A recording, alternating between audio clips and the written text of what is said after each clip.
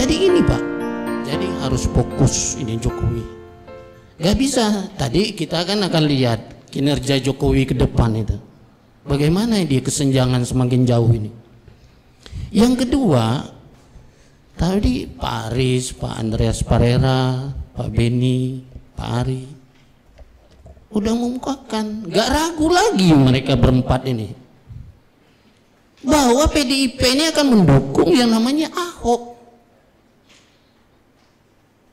Ini hebat betul Ahok itu, hebat betul. Karena kita lihat banyak itu yang namanya coreng-moreng yang namanya Ahok itu. Gak usah kita sebutkan satu persatu lah, udah banyak. Nah ini para peneliti juga, para surveyor ini yang anunya, ya. Nah ini kalau begini, kelihatannya dari diskusi ini hanya 4 orang yang muncul di dalam diskusi ini. Jokowi, Megawati, Jokowi, Ahok, sama sedikit Setia Novanto. Jadi persingkat Bapak? Ya. Jadi ini kemana yang lain itu? Kemana yang lain itu? Orang-orang yang lain itu? Apa tidak berharga mereka ini di Republik ini? Itu Pak, saya kira. Terima kasih. Wassalamualaikum warahmatullahi wabarakatuh. Sehari? Ngalah. Ini yang pengalaman kami. Kemudian yang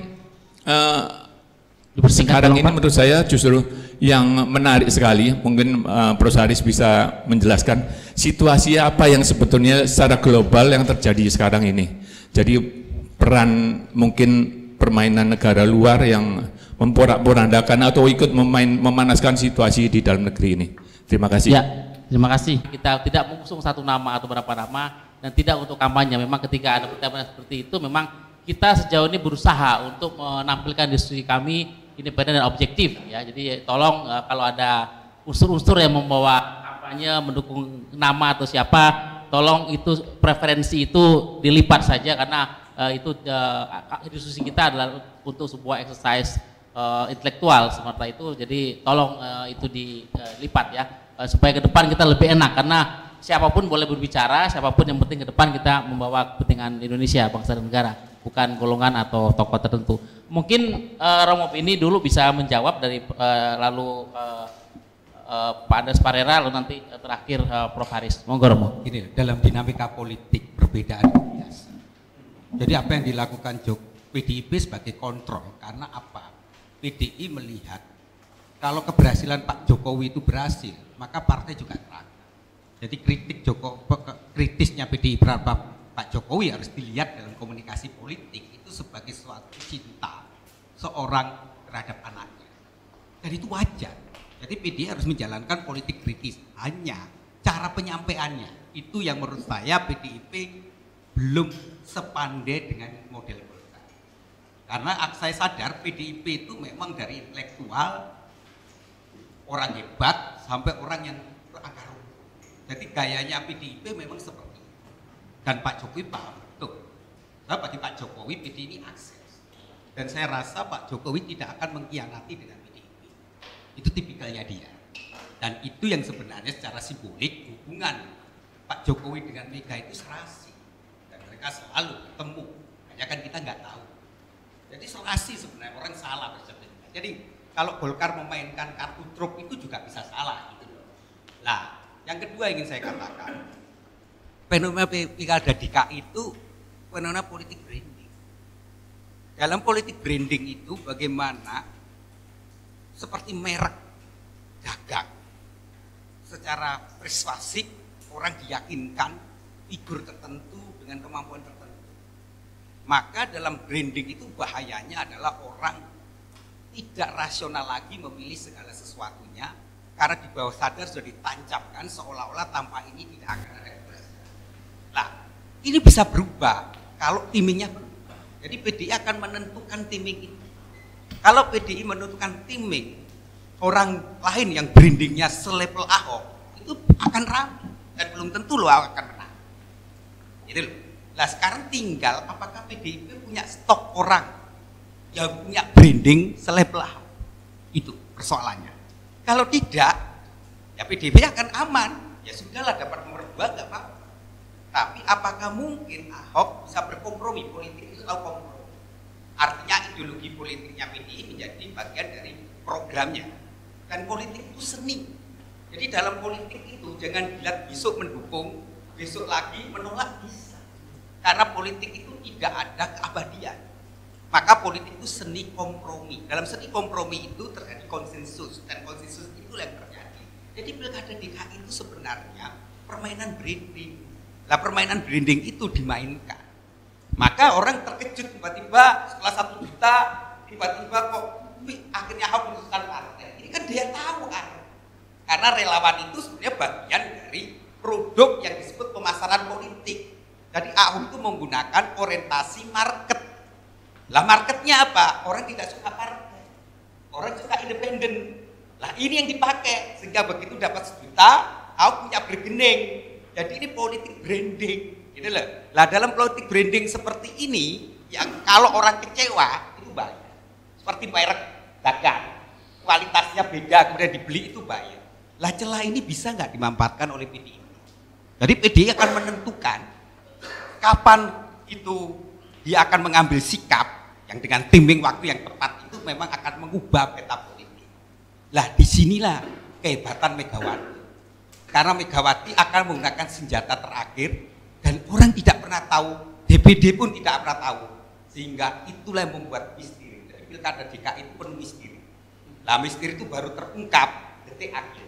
Ketika PDI tiba-tiba seperti dulu. Orang berbeda. PDI dulu semua dukung Pokok. Tapi detik terakhir Mega yakin, tiba-tiba detik terakhir Jokowi muncul. Orang bingung semua. Lah, dalam branding akhirnya orang momentum. Dan momentum itu pas tepat. Seperti orang ketika mau mengiklankan sebuah iklan. Dan ketika iklan itu menancap di bawah sadar dengan teori sublimasi, maka orang menjadi, oh itulah orangnya. Nah inilah taatnya yang tepat. Maka ya tunggu saja. Kita nggak perlu terlalu ngoyok dukung kanan kiri. Kita biarkan aja politik itu rasional. Politik itu sebuah proses dan politik itu adalah pilihan orang. Semakin banyak DKI ini calon berkualitas, kompetisi semakin sehat, rasional, maka isu SARA semakin. Tapi kalau pilihannya tidak kualitas, SARA akan menjadi masalah. Itu saja. Ya, terima kasih Romo Beni. Langsung saja Pak Andreas. Sebenarnya pertanyaan untuk saya udah dijawab Romo Beni semua tadi.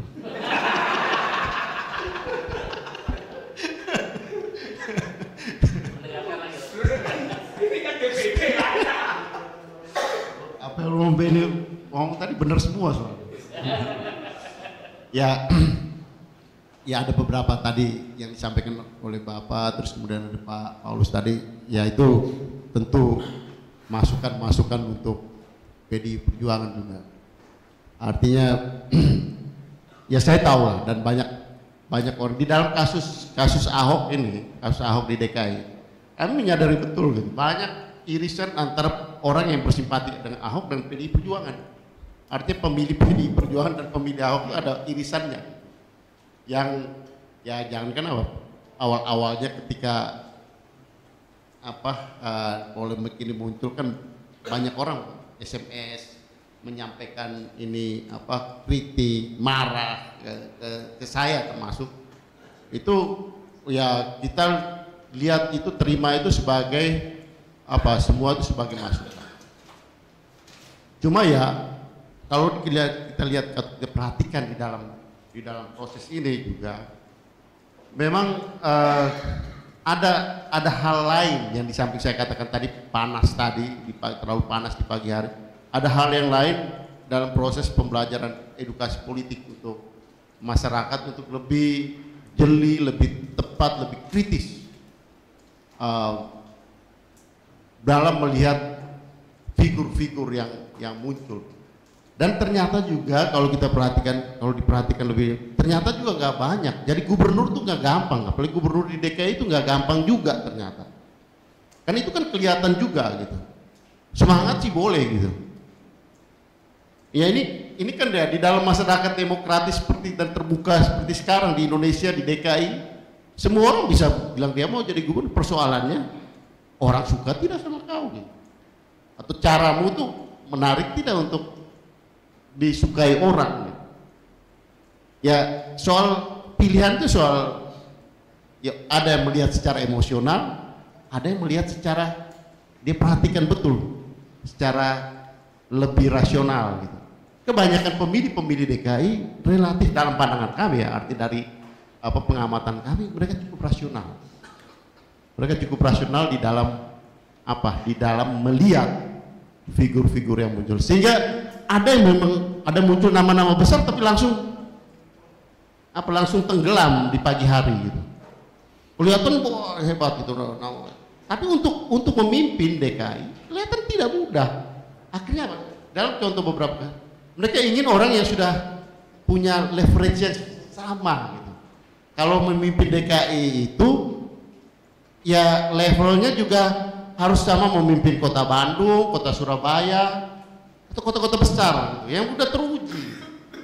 Tidak hanya sekedar ya kau bilang hebat, tapi kalau tidak ini enggak gitu. Itu dari pengamatan kami. Kan kami tidak hanya ngomong-ngomong, kami dengar juga gitu. Kan teman-teman DPRD yang pergi Kunker itu mereka memberikan catatan laporan. Juga berbagai macam hasil survei kita kumpulkan gitu. Nah, memang menarik, di sini menarik. Itu satu hal yang kelihatan. Jadi memang pemilih itu rasional. Nah, cuma bagaimana ini kemudian dieksplor di dalam proses campaign nanti, sehingga pilihan yang rasional ini bisa lebih menonjol, lebih muncul ketimbang aspek-aspek emosional yang kita tidak kendaki juga. Kemudian kalau ini sampai mengarah pada hal-hal yang kemudian berunsur sara dan lain-lain, tapi saya yakin itu tidak akan terjadi. Masyarakat cukup cerdas untuk melihat dan kemudian menentukan pilihannya. Saya kira itu ya untuk DKI. Kalau untuk secara itu yang tadi soal Golkar dan PDI Perjuangan, posisi PDI Perjuangan, bahwa pilihan yang disampaikan oleh teman-teman bahwa ya Golkar cerdas atau PDI Perjuangan lebih lambat atau ya itulah. Kalau mau bilang saya tidak mengatakan bahwa kami harus juga cepat seperti Golkar, kami juga tidak akan menjadi pragmatis seperti Golkar gitu. Karena itulah karakter yang ada di PDI Perjuangan. Silakan teman-teman lihat yang mana yang lebih penting untuk bangsa ini gitu. Toh akhirnya lama-lama orang akan lihat. Ya paling tidak PDI Perjuangan sudah mempunyai identitas yang bisa diidentifikasi sekarang ini. Ya kita lihat, kami juga perhatikan bagaimana survei-survei yang dilakukan oleh berbagai lembaga survei independen. Posisi hari ini paling tidak survei Kompas sebulan yang lalu, 2 bulan yang lalu, kemudian SMRC itu posisi tingkat keterpilihan elektabilitas PDI Perjuangan itu di sekitar 30%-an. Jadi dan jauh di atas yang lain.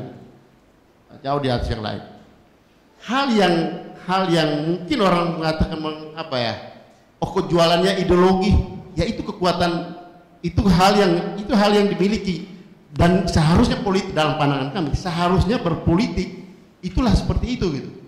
Kalau kita hanya sekedar ya datang dan menawarkan ini, menawarkan itu, politik itu adalah ide, kita menjual ide. Dan bagaimana ide itu diperjuangkan, itulah pemahaman kami tentang politik. Tidak sekedar hanya ya merebut kekuasaan, kemudian memanfaatkan kekuasaan semaksimal mungkin untuk mengumpulkan apa yang bisa saya ambil sebanyak mungkin. Nah, proses pembelajaran itu yang sedang ditularkan kepada kader-kader, termasuk di pilkada yang akan datang ini. Kita membuat sekolah partai, dan di dalam sekolah partai itu calon-calon mereka yang dicalonkan itu